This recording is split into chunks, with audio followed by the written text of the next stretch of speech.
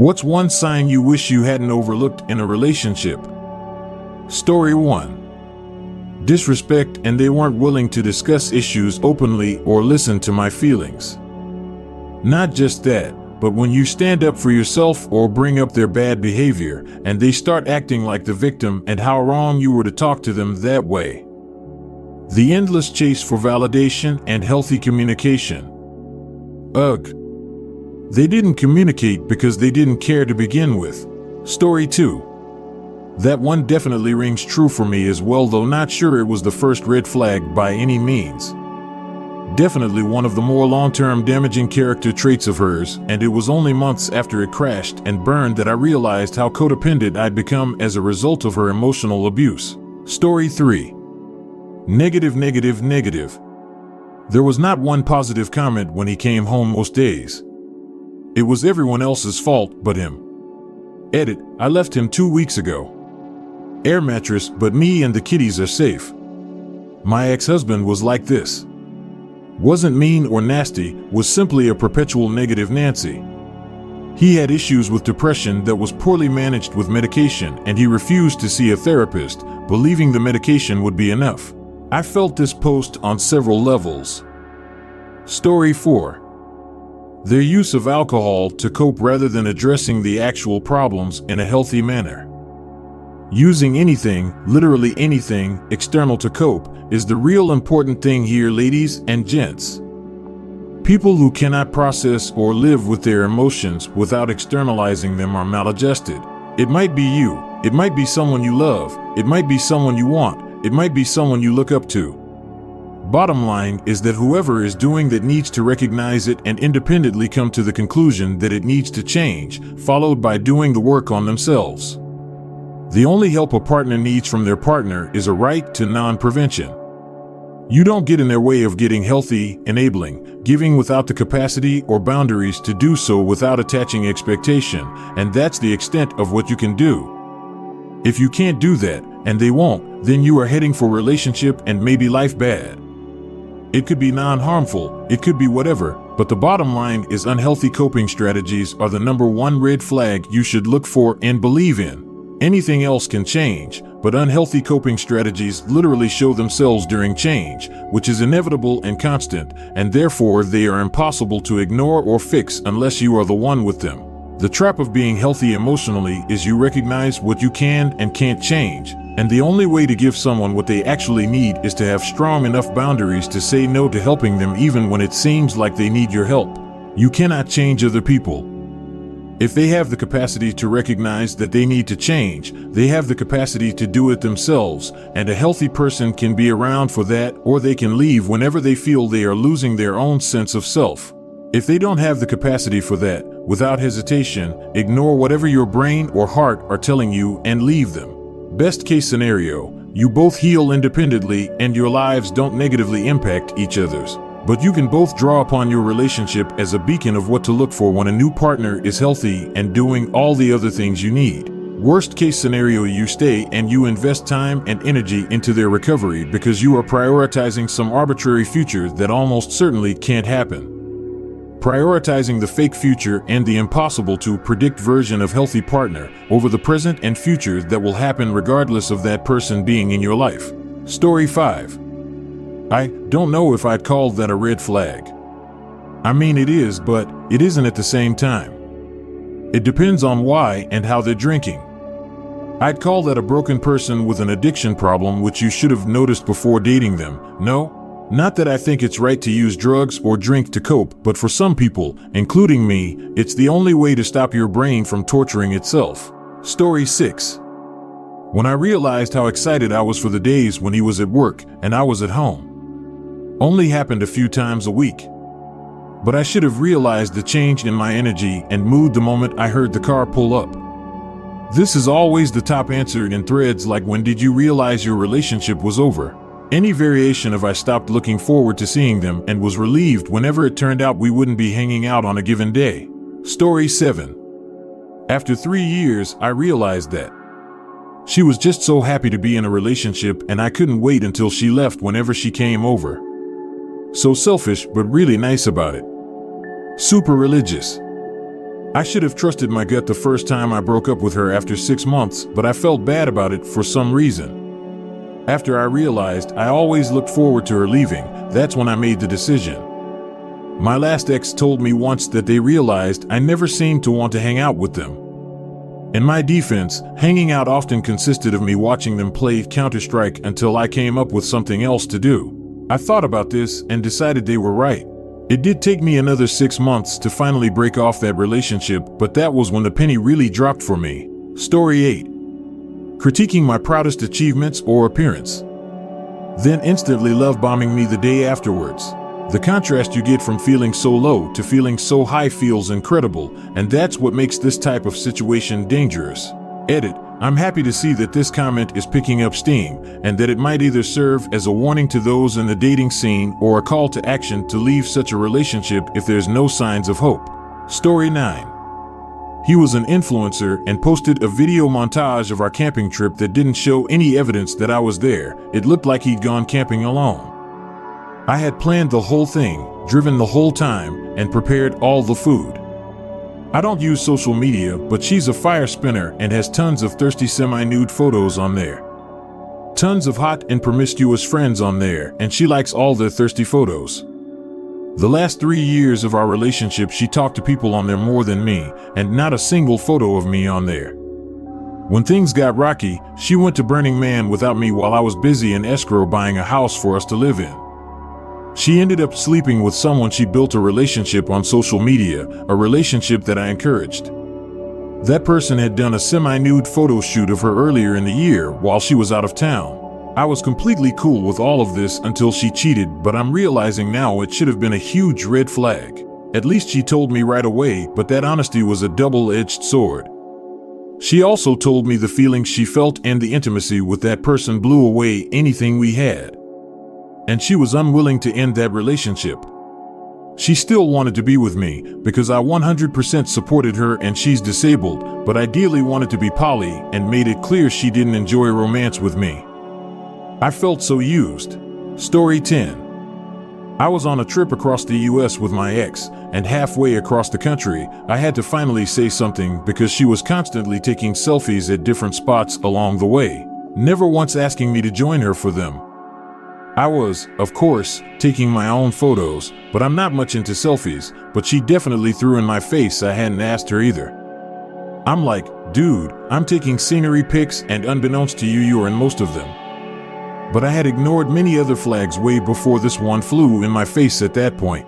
Story 11. She never was wrong, nor did she apologize. She would say that I was yelling when I wasn't. She would say I had said hurtful things and that I don't even realize what I'm saying. I ended up seeing a psychiatrist at her suggestion and was put on medication for 7 years, still together with her. I then was hospitalized on psychiatric hold when I mentioned to my psychiatrist that I felt like ending it all because clearly I was hurting someone I loved emotionally and never realized it. When I got out, someone mentioned I was being gaslit. We broke up 7 years ago, and I am no longer on medication and in a happy relationship with a beautiful son. I feel like a fool for not realizing that she was doing that. Sharing this is an embarrassment. I might end up deleting it. I'm just keeping it here in hopes that it might help someone. Edit. I always thought I was alone until today. I am overwhelmed. Thank you for all the kind words, and I do have quite a few DMs to respond to, so please bear with me. If my experience sounds familiar, please seek support from someone outside of your relationship and unbiased to your situation. You're not crazy, and it's not always your fault. Story 12. It also applies to friendships. Had a friend like this who could never admit being wrong, and even if they did, they would basically apologize, but continue with their version of how things should be. I stopped being her friend after she sent me a really mean, weird email, and she confronted me publicly. I took her aside, but was in view of everyone and close to my partner and a group of friends. She yelled at me that she was back in therapy and said a bunch of other stuff she was upset about. At one point, a friend came to break it up because I was, in her words, hunched over staring at the ground while this person was basically standing over me leaning forward. She has since told people that I yelled at her and was aggressive in the conversation. I wasn't. At one point, I had told her to please stop interrupting me, and that was the most aggressive I was. I replayed the conversation in my head tons of times. After I heard she was crap talking to other people, I bowed out of the friendship. She now pretends I do not exist, fine, and has been treating other people I am friends with poorly while trying to get close to others.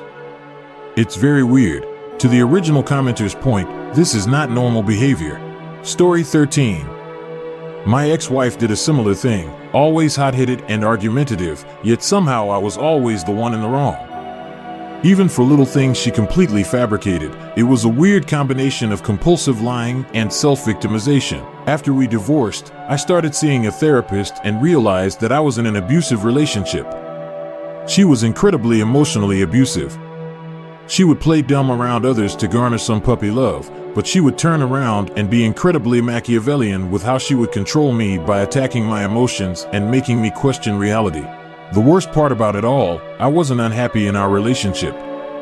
Sure, I wish she was less temperamental and had better anger control, but I wasn't miserable. It wasn't until I was out that I realized I was miserable and was lying to myself to cope with the constant stress. I also couldn't believe that she had played me like a fiddle. It's important to share stories like these to help others that might be stuck in a similar situation. Story 14.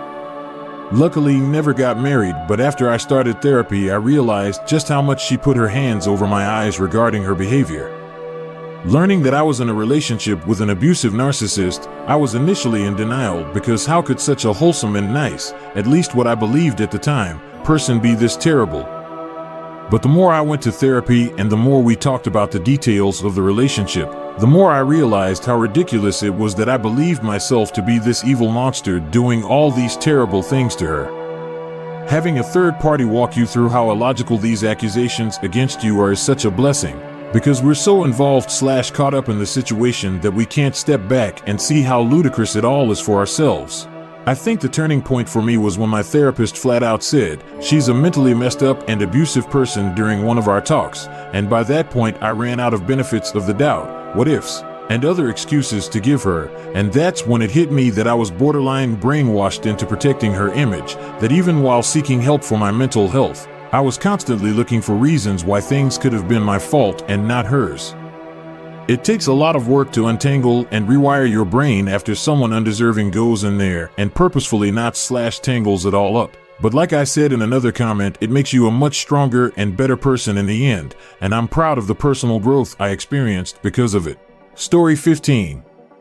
I didn't end up with a psychiatrist though, but needed therapy after the relationship ended. You're not a fool, I'm a psychologist, she is as well.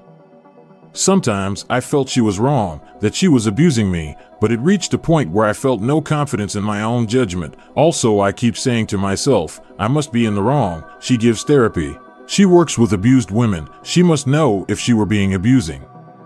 So even if we can see the signs, even if we have the knowledge for this kind of situation, we all can fall into an abusive relationship. Story 16. This is my exact story. I was diagnosed by my abusive ex as having borderline personality disorder. My mental health providers disagreed, but I still believed it. Soon after, my ex forced me into partial inpatient for my anger issues and to learn how to treat her better. Nothing was ever enough. The work I did continuously on myself was never enough. I was gaslit, manipulated, criticized, and made to question my reality. At some point, I looked in the mirror and legitimately did not recognize who was staring back for a split second, which was a wild thing to experience. I had just lost myself so completely, and she was the cause, but had me convinced it was me instead. I was always wrong. Our relationship problems were my fault. I was the narcissist, the abusive one, the bad partner, even though I did all the cooking, all the cleaning, covering bills, car maintenance and upkeep, vet and grooming responsibilities for both dogs. The list goes on. It was always my fault and the problem was always me, never her. I developed PTSD, severe anxiety, OCD, gained weight, and eventually was diagnosed with fibromyalgia due to the trauma and had to walk with a cane. I'm free now and no longer require a cane to walk. I'm so happy. Leaving was the hardest thing I've ever done, but I've never been so happy. Story 17.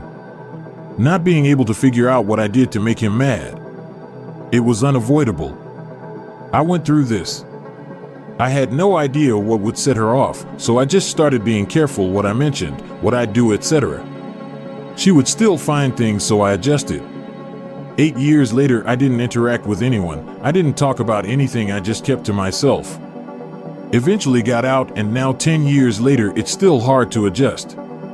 I was a very social person before her, but I now have issues interacting with people or sharing personal info about myself. It's funny how my brain changed. Before I'd come up to you and say something like, "Hey, how was your weekend?" Mine was great. I went to the movies and saw some movie. If you like movies, you should check it out. Now I'll just say hi. Ask me what I did, I'll say I went to a movie. But purposely not say which one and reply in a way that lets you know I'm not interested in this interaction. All because for so long too many details led to too many arguments. Story 18. My dad was like this with my mom. He'd get pissy and real mean with her, and she's keep asking, "What did I do now?" And he'd only respond with, "Think about it." Totally controlling and manipulative behavior. He was an awful narcissist. So glad she did manage to finally leave him after multiple attempts while she was still young enough to go out and live a life. But even after she did, it took a long time for her to really figure out who she was without him there to tell her who and what she was supposed to be for him. He did a lot of damage to the both of us, but way more damage to her, and while we've always talked about nearly any and everything, I'm sure there are experiences she's never shared and I'll never ask. Story 19. The first punch to the face. Thought it was normal for girls to do that when upset. Only took me 8 years to understand it wasn't okay. Just because violence from women isn't taken as seriously, and it really should be, doesn't mean it should be normalized. Normalization leads to the continuation of abusive relationships like what you've described. I'm sorry you went through that, and I'm glad you got out. Story 20. To be fair, we were both a mess. Neither one of us could break up with the other despite things being not great. So we rode that dumpster fire straight into the ground, to the detriment of both of our health. I'm just glad we each moved on to better things, LOL. Story 21. She lied. I could tell when she lied. I always had a fairly good nonsense detector, and she was into me and thought that lying to others helped prove she was smart enough for me. For whatever reason, I thought it was kind of cute and free-spirited. I thought she'd never lie to me. At first, she never lied to me. I'd watch her lie to everyone else, and slowly tried to help her see that all it did was make her life more difficult. She was trying to change. We were working on it. Then she never lied about important things to me. We were working on it. She wanted to get better. Then she betrayed me, and when confronted with a heads up that I knew what was going on, she lied about it each and every step of the way while I kept incrementally showing more proof of exactly what I knew happened. So when people show you who they are, believe them. Story 22. How they talk about the people in their life. Avoid people who blame others for their life. If you don't, you're going to be the next one on the receiving end of that blame. My ex is one of those guys where all his exes are psychos. Even the ex who he's now back together and engaged with, he referred to as a psycho when he was dating me. But now they're back together, I'm one of the many psycho chicks he's dated. Hindsight, dude was 50 red flags in a trench coat, yet I was all in. That I can fix them mindset is so real, and I'll never again judge someone who's gone through it. Story 23.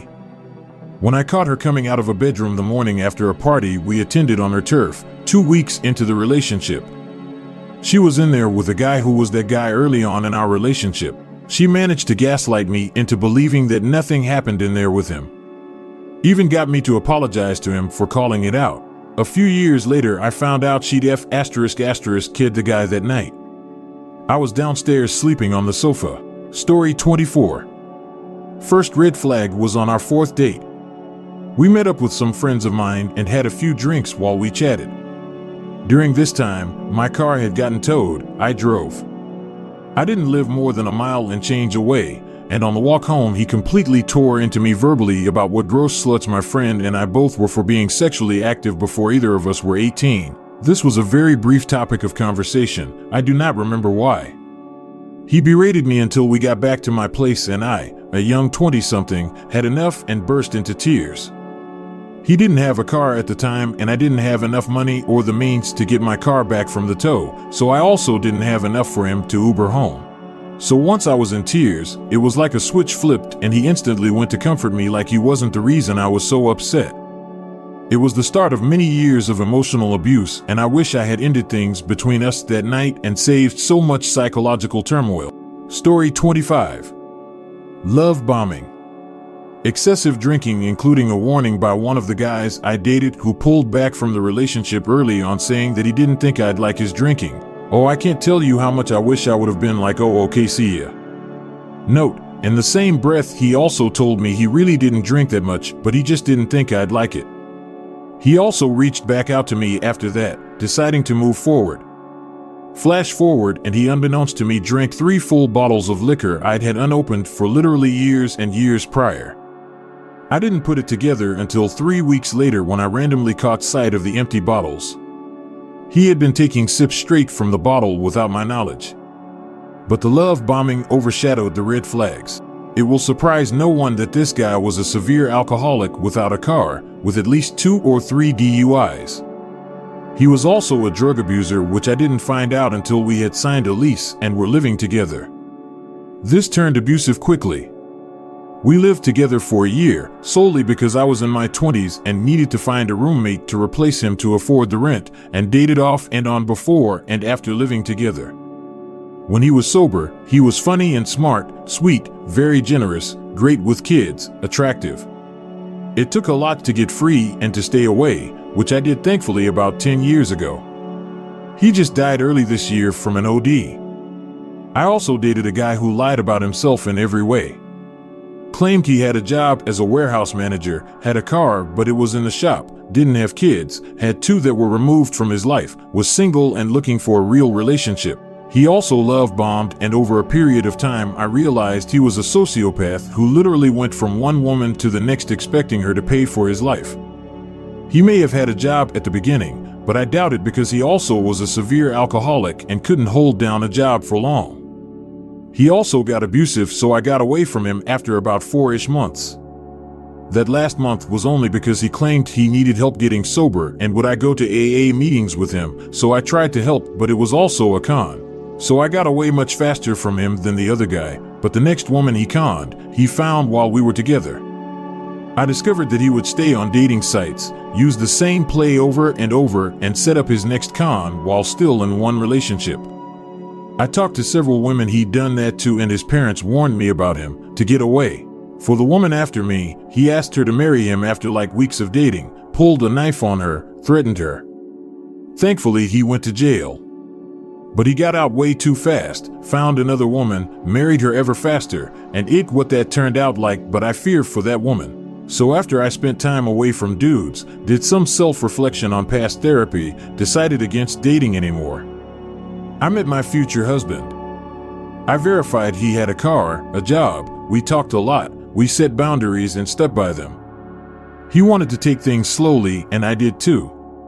He listened. His actions matched his words. There wasn't any love bombing. It was easy and natural. He respected my decisions, he gave me time. We worked through our respective triggers, and the first fight we had, we talked it out together, actually cried together, and reached a compromise. And it's been like that ever since. Story 26.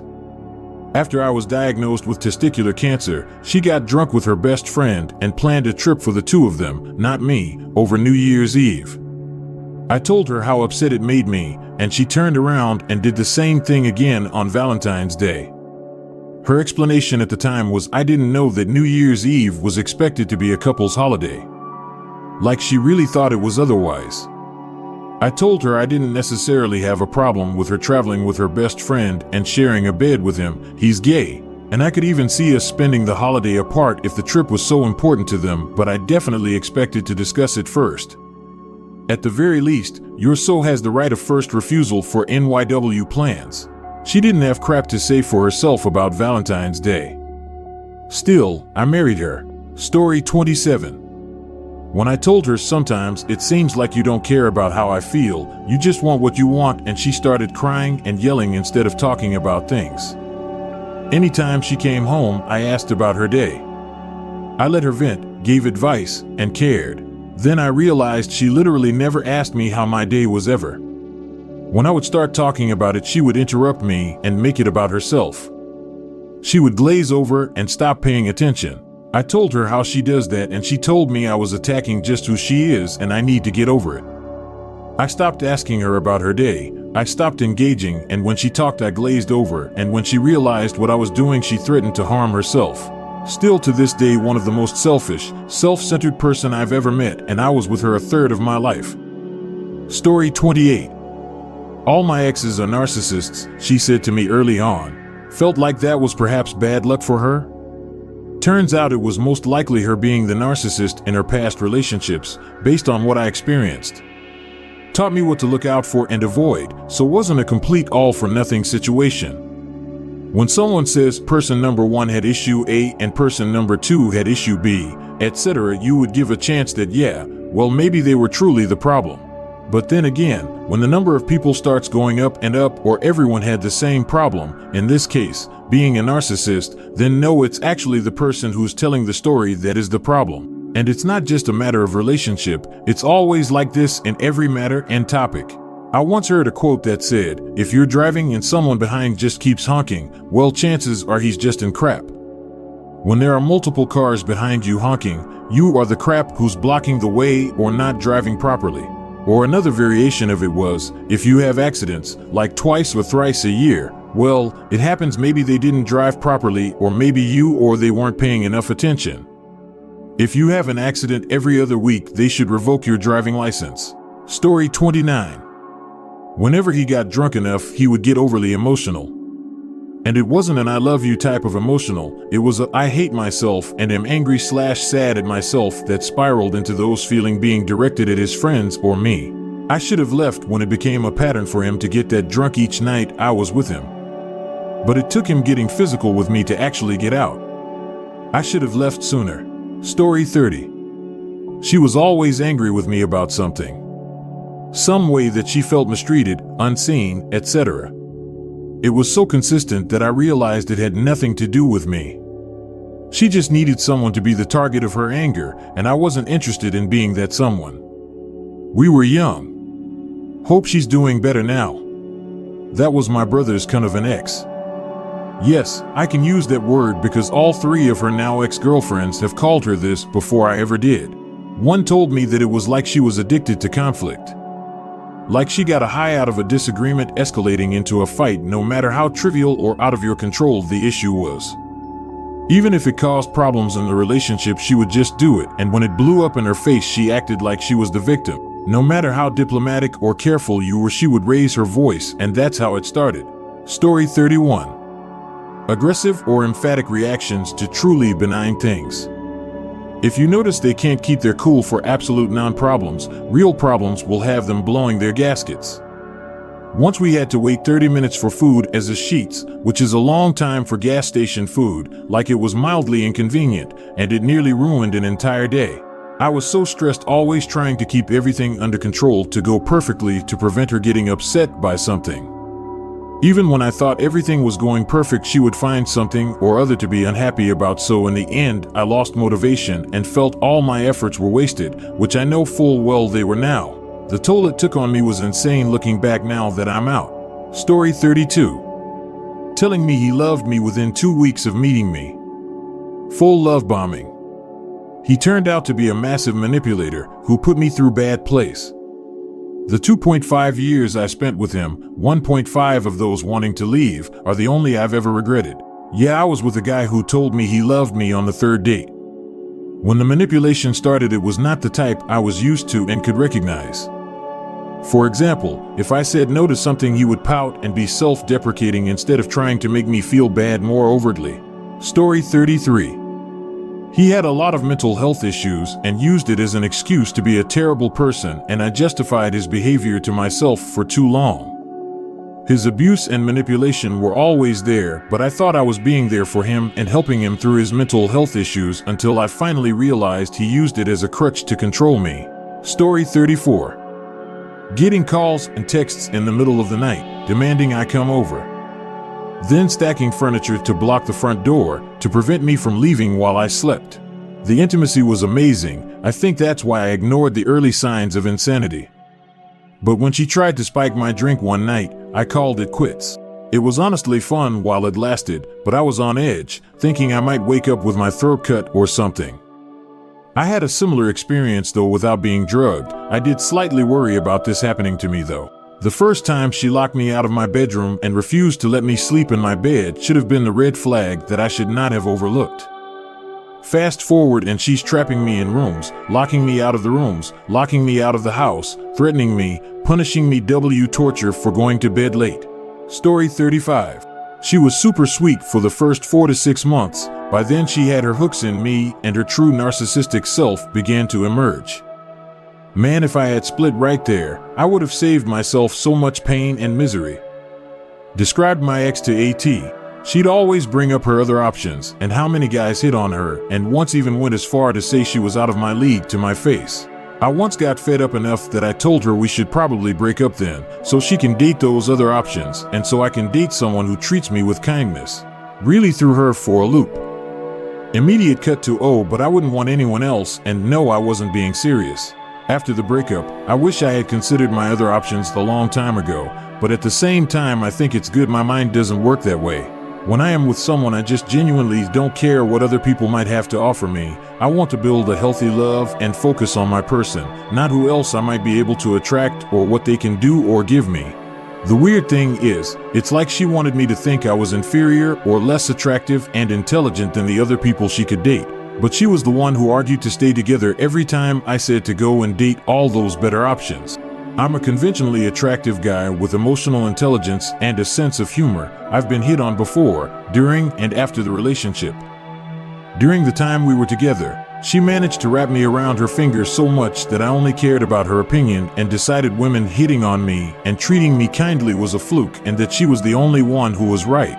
Gosh, it makes me cringe now knowing the sort of treatment I decided was not a deal breaker, especially when I came to learn she was actively engaging with potential options over text as like fallbacks or something, I guess. Dating women who are kind and communicate in healthy ways after the relationship really opened my eyes to just how messed up it all had been. Story 36. I was 17 and he was 35. I was so thrilled to be seen as more mature for my age, which is something you should beware of if it comes from someone older than you who's not your family, now that I think about it. He gaslit me into thinking I was in a relationship with him, but that he wasn't in a relationship with me. This was obviously just a way to have intercourse with other women, but a stupid teenager, I didn't even think he would do something like that. Then he started asking me to watch me having intercourse with other men and occasionally take videos of that. That was my first relationship, so I thought this was normal. Had go through therapy and everything else. Story 37. He strangled me, quickly, out of the blue for smiling at my phone. I had been texting another female coworker, who he knew I considered a friend at the time. I wish I had ran then. Yeah, looking back, I don't know how I didn't GTFO at the first sign of violence. I guess because I was young/naive and it wasn't coming from my ex or directed at me, so I thought he might be different from his family. He was living at home with his aunt, uncle, and cousin at the time. We were hanging out and his aunt asked for help carrying in the groceries.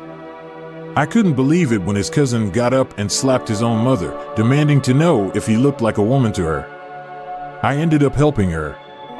My ex didn't even bat an eye to his aunt getting hit like that. Story 36. He was bragging about how he could manipulate his ex to do whatever he wanted. He'd pick fights with her and blame her for it until she would do things for him, then he'd be nice again. I thought she was just dumb and/or a patsy, but he was so good at manipulation it was scary. He used to pick a fight with me every Friday when I got home from work for the weekend. Then he'd feel justified in going out partying all weekend and being unfaithful while I was home in emotional ruin. Got to the point I would have panic attacks every Friday and loathe the weekend. Story 37. She started flirting with me when she was still in a relationship. Okay, this. I have been in a very similar situation, and while I am definitely attracted to this person, they haven't so, and I really didn't know what to think about that. But I was torn, y'all. It's been a long time in the desert.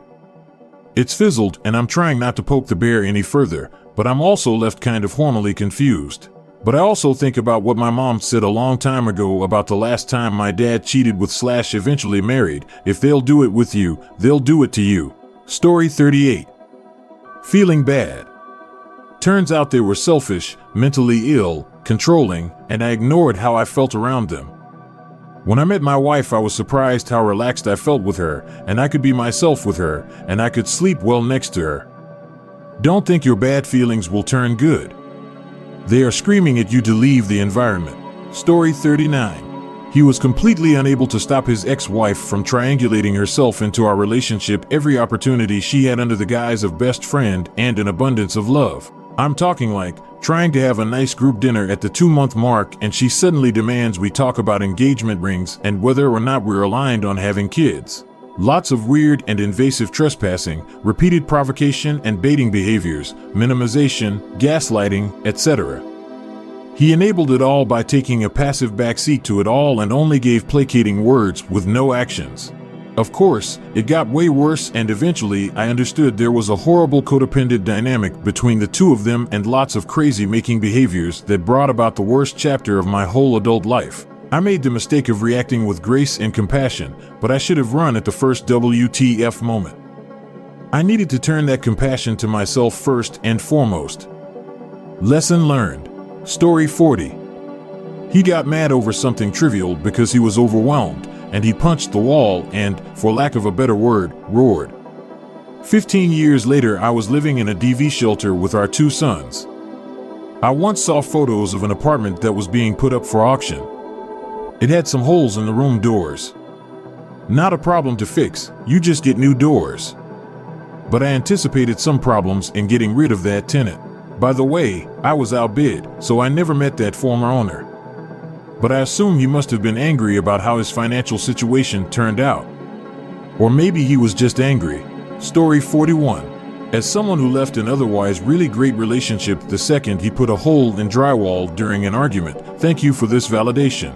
It took me years of grieving that relationship and wondering if I had made a mistake because we were otherwise so compatible, and that was the only time something like that had happened in a 3-year relationship.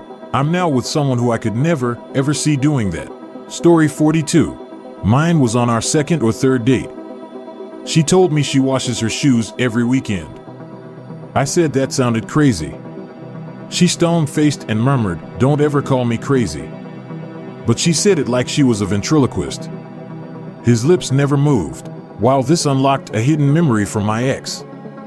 Once early on in our hanging out days, someone said jokingly an idea of hers was crazy. It was just like a super busy day she wanted to plan or something. And she suddenly seemed to get real worried out of nowhere and say, "Don't call me crazy, I'm not like dead serious," and everyone just kinda moved past it. In my own friend group, we'd call each other crazy just playing games or having a laugh. Looking back, I totally dismissed the weird reaction as maybe she has trauma with that word or something. Story 43. Me. I was the first red flag. I was a terrible person who took a wonderful woman and ruined her. Her personality was wonderful and driven. And I made her nearly codependent on me. And the cycle reversed back to me. I needed mental health, and she was so dependent on me that I had no help for my needs. I ruined her, which almost passed me. We divorced and are both much happier, healthier, and friendlier. She has regained most of what I ruined, and I became humbled and less of a trash bag of a person. Story 44. At this time, we were dating for a few weeks. He left me in his apartment to go deliver the package to his boss. Meanwhile, his roommate asked me if I want McDonald's, and I said yes. I asked for a small hamburger and fries for this guy since I knew he didn't like McDonald's. We had agreed on making hot dogs, so when he came back I looked at him feeling a bit bad while eating the hamburger, but he laughed. Anyway, I had made him the hot dogs and we ate together. He said it was okay. Then we were alone in his room. He hugged me but was very tight and started to hurt. He told me, angry but calm, that I should never do something like that again. Not doing what I had promised. I said sorry, but he kept hugging. And then he told me he would be really angry next time. Now I understand that he would always get passive-aggressive or violent with anything I would do wrong. Story 45. I went to take a shower. It took an hour, as shower for me is also code word for toilet, teeth, and skincare. I went downstairs to make a sandwich. He told me to text him right when I came out the shower, but my hands were wet, and by the time I was downstairs they were dry. It was only 30 extra seconds. When I texted him, he scolded at me for texting him downstairs, even though I told him that it doesn't make a difference. He then scolded me for taking an hour, which is normal for me. He said I probably was cheating, as he saw in his pornos about girls saying they're gonna shower, but actually being in the shower with another dude. I was 13 and homeschooled. I should have left at that moment. Story 46. He was completely emotionally unavailable and grew distant over time. Then he went toxic, and I kept excusing it with he's just struggling. He's depressed. Small moments of love. Then it was a situationship, followed by me being taken advantage of and discarded. Fast forward, he's a fearful avoidant. Never date those. They're inconsistent, and that's the worst of it all. Story 47. The book Why Does He Do That by Lundy Bancroft, free copy below, is a great resource for you to learn about the different types of tactics that abusers use and will help you to see if your current relationship is following any of the patterns described. If you don't see your relationship being discussed either as one of the archetypes or as bits and pieces of any of the other types, then you're not worse off by having the knowledge. If the information does coincide with the way that you're living, then there's also a couple chapters on being able to get out safely. I wish you the best of luck, and I want you to know that you deserve to be with a partner who is going to love you and cherish you and treat you as an equal versus being with someone who's going to control you, be it by how you dress, or by finances, or by what it is that you can do or who you can see. You deserve so much better. We're here rooting for you. Story 48. All women should read Why Does He Do That, or listen to it on Audible. It outlines all the signs of abusive relationships that people tend to ignore, as well as the blatant ones. Women, the second he starts trying to regulate how you conduct your other family/friend relationships, like who you do or don't hang out with, or trying to get you to stay home instead of going out with friends, or insists he's always with you when you go out, like gets annoyed that he's not invited to girls' night out, etc. Fing bail. It will only get worse from there. Story 49. We had a significant misunderstanding right at the beginning of getting to know each other, where he attributed a whole lot of extra meaning and significance to something minor that I did and got all upset about it. For days and days. He never asked me about it or initiated any kind of discussion. He was just super rude one day, and I was just left wondering WTF I had done to get treated like that. Eventually, he came back once he'd cooled off, and just through casual catching up conversation, realized that he'd been seriously mistaken about the event and that it hadn't happened at all like he thought it had. He felt like a serious jerk and apologized, and I'm a pretty forgiving person. So I agreed to continue dating him. And in retrospect, I shouldn't have. That pattern would repeat all throughout our years-long relationship, massive projection, misreading stuff, misunderstandings that were all always somehow my fault, until it was discovered that they weren't my fault, nor even were they really what happened. It wears on a person over time. You can only apologize so much before you begin to apologize for just existing. Story 50. When I realized I was always there for him, but he was never there for me. He gets in a fight with his dad, and I beg my parents to let him stay overnight to get some space and listen to his complaints. I get in an argument with my sister and call him crying to see if he can come pick me up. His response was that he was tired and gas is expensive. Story 51. His friend group actually hated him but couldn't get him to screw off. That ended up being exactly what happened with our relationship. I ignored that as a red flag by thinking, well, why would you hang out with somebody you actually hate? Wouldn't they just stop talking to him?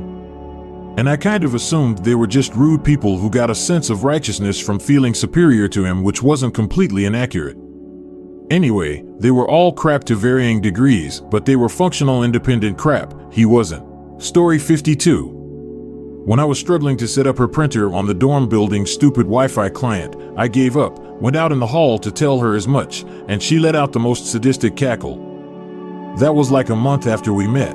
Got married a little over 3 years later, and she cheated on me last year, steadily demonstrating more and more narcissistic character over time. Story 53. Not personal, but business relationship. And that red flag, religion, specifically Christian. In the last 15 years, 2 people, different situations, tried to crap me over, and not in a mild way.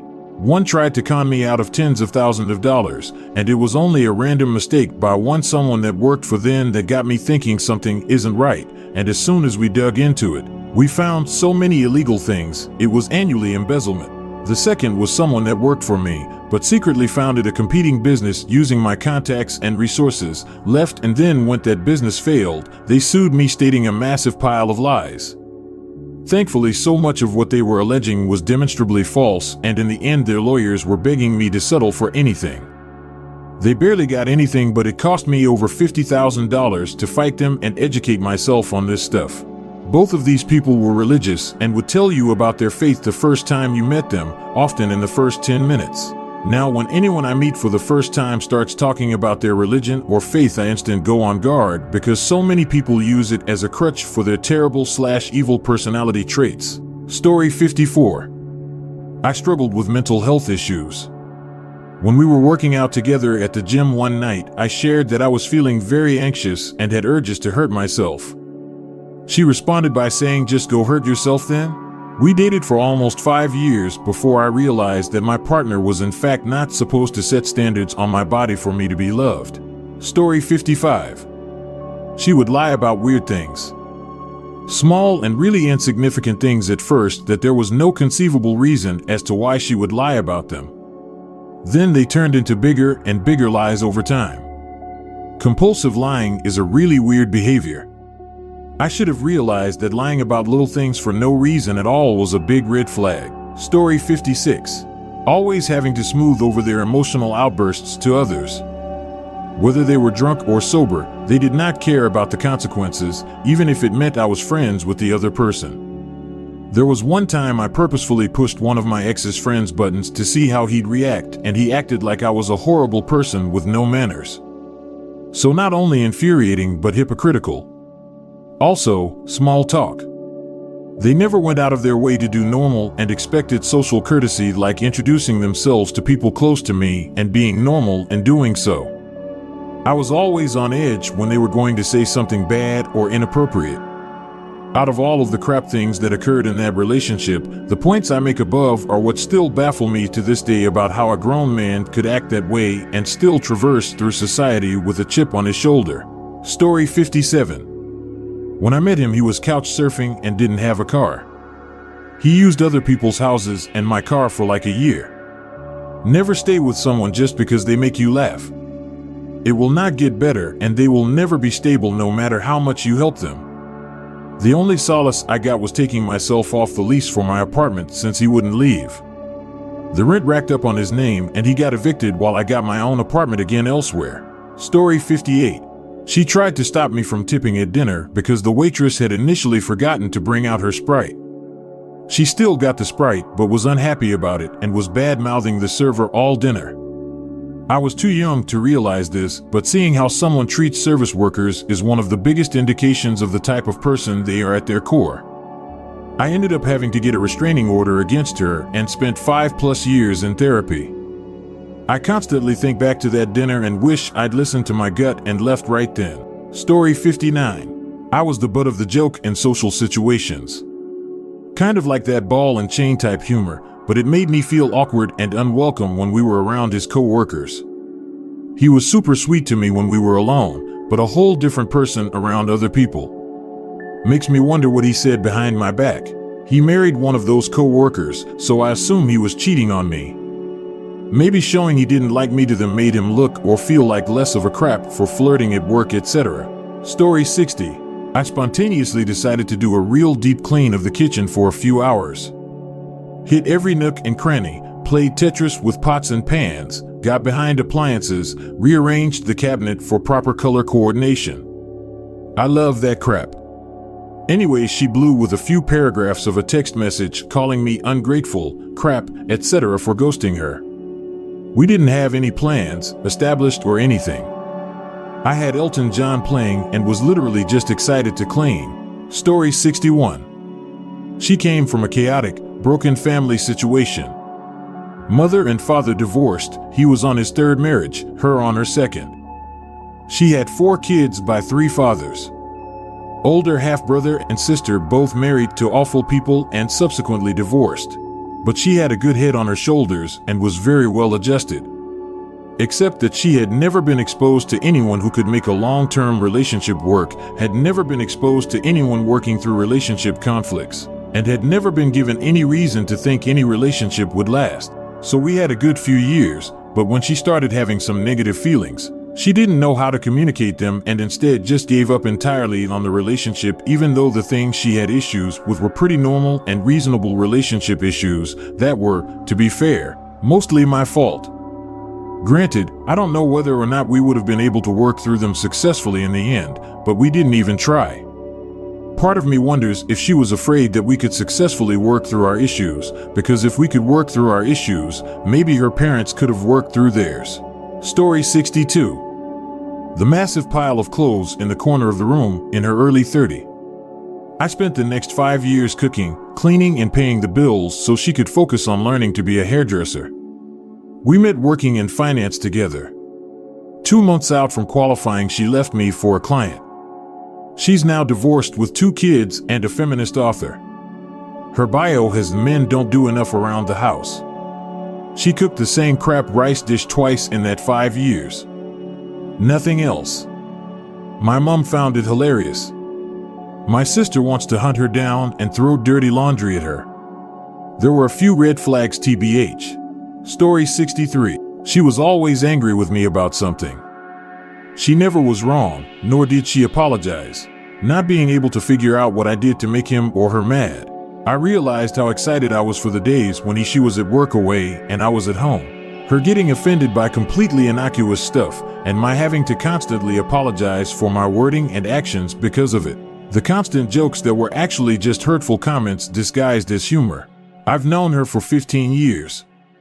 We 53 and 50 dated for 3, broke up. I thought it was her being in NYC and me in NJ, and got back together 6 years ago when she moved out here. I've pulled these from the other posts and they all fit my situation. I've been thinking lately about if we are right for each other, as we are constantly at odds, or I'm getting the silent treatment. We can't even go on vacation without a fight starting. But worst of all is when she proudly said I can't trust her to not lie to me about things. Not cheating or other big stuff, everyday conversations. Gaslighting mostly, I never said that, etc. Full disclosure, I smoke some pot and have on occasion forgotten things. She uses that against me anytime she can. Oh. And she never answers a question directly. I have specifically said, please just answer what I've asked, and now it's a power thing or something. Story 64. She would spend hours each week staring at herself in the mirror and silently criticizing herself for her appearance, then would ask, how could you love me when I look like this? And no matter what answer I gave, she was an objectively beautiful woman, she would say, you're lying. And then after a few days of that, she would tell me I wasn't romantic enough, and that's why our intimacy life was non-existent. Story 65. There were a lot. Her doing a little spin before entering a car because she said she would have bad luck if she didn't, OCD traits. Telling me she was a bartender but refusing to tell me the name of the bar she worked at. Turns out she was a stripper, which I wouldn't have minded if she had been honest about it. Not wanting to hold my hand or do anything that made us look like a couple in public, because then other men wouldn't buy her drinks. Which was ridiculous because I always offered to pay for our drinks, but she specifically wanted other men to buy her drinks. She ended up cheating on me a whole bunch, but the worst one by a lot. And trigger warning for animal abuse is her telling me stories about how her dad used to put puppies in trash bags and drown them in a pond near their house. He did this when a female dog had puppies they didn't want. When I pointed out how deranged that is, she would defend him and say it's not a big deal. She ended up killing our pet dog some years later. Story 66. His constant negativity/criticism. My ex suffers from severe depression and was always complaining about how miserable his life was. I also struggle with depression, so I did my best to be compassionate and hold space for him. He's an intelligent guy who understands the importance of taking care of your mental health, but he was perpetually stuck in this cycle of negativity and hopelessness. I felt similarly about myself at that time, and it was comforting for me to struggle alongside someone rather than struggle alone.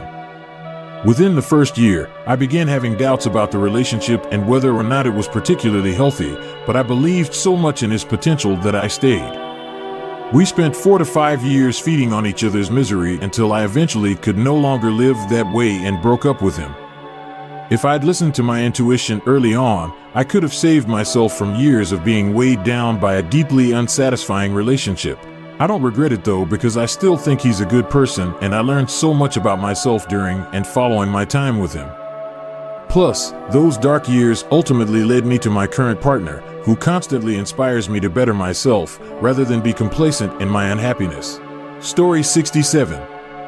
Hyper-fixated on me and my actions/mistakes/past etc. Spent the entire relationship trying to make it up to her, constantly catering to her, otherwise she'd be in a mood. I think this is what happened. I regret it completely. She was abusive and controlling in every way you could think. I'm scared to be with women now. I'm under the mind that I'm about to get hit, or that me being late or doing something wrong will just cause a huge argument. Story 68. A completely messed up family. The girl was pretty sweet. We had a decade-long run. But her family were the most regressive, substance-abusing, hick-ass mofos you can imagine. I thought showing her what support and loving family looked like would help her heal and move on. In the end, I just ended up enduring years of mistreatment from people who loathed my existence. In the end, she dipped in for a 2-week trip to Hawaii while I was at work with the alcoholic meth head that was her babysitter when she was little. I'll never put myself through that again. If they still have family bonds and that family at a burning trash can, run the other way. You can't save them, and the damage incurred can leave one messed up for years. Sad truth. Story 69. About 6 months in, she blew off date night right before we walked out the door to go to a basketball game. HS teacher, she said she'd be gone about an hour and we would go to dinner as soon as she got home. Stupid me waited with my shoes on the couch until 6 a.m. the next morning when she rolled in. Didn't answer the phone all night after she left. Gave me a terrible story of locked her phone in the car, left keys in the school, and got locked out, so she stayed at her friend's house. Funny thing was, 4 days later we went over to that friend's house for dinner, and as we were walking up to the door she had to call friend to make sure she was at the right house because she had never been there before. Yeah, I was dumb. Story 70. I had never been an angry person. I was always the laughing, fun, down for anything girl. One night I got so mad at him I yelled and threw a bowl across the room. He made me feel angry, helpless, and crazy. I wish I had left that night. Instead, I stayed for a few more months even as he cheated, punched holes in the walls, left me stranded at his brother's wedding on the other side of the state, and told everyone he was caring for me because I was suicidal. Not true. One day we were watching his old high school soccer team play. He didn't know anyone on the team. He was just obsessed with high school, and he started screaming at the players for sucking. He has never played soccer. I realized that I would never feel safe leaving my kids around him, which meant I could never have kids if I stayed with him. I finally left a few days later, to which he responded by proposing to me, threatening to call the police and have them make me give back every gift he ever bought me, threatened my next boyfriend with a knife, and eventually stalk me. He was smart and charismatic, and after being with him I was broken, so nearly everyone in our friend group took his side. He was arrested and expelled from our college, so luckily I never had to see him again. He would just text me and ask around for my new phone number every time it changed. He teaches middle school drama now. He married a girl nearly a decade younger than him in high school. I expect he'll be in the news again one day. Alright folks, that's a wrap. If you like this, please hit the thumbs up and subscribe to the channel. You can also share your thoughts in the comment below.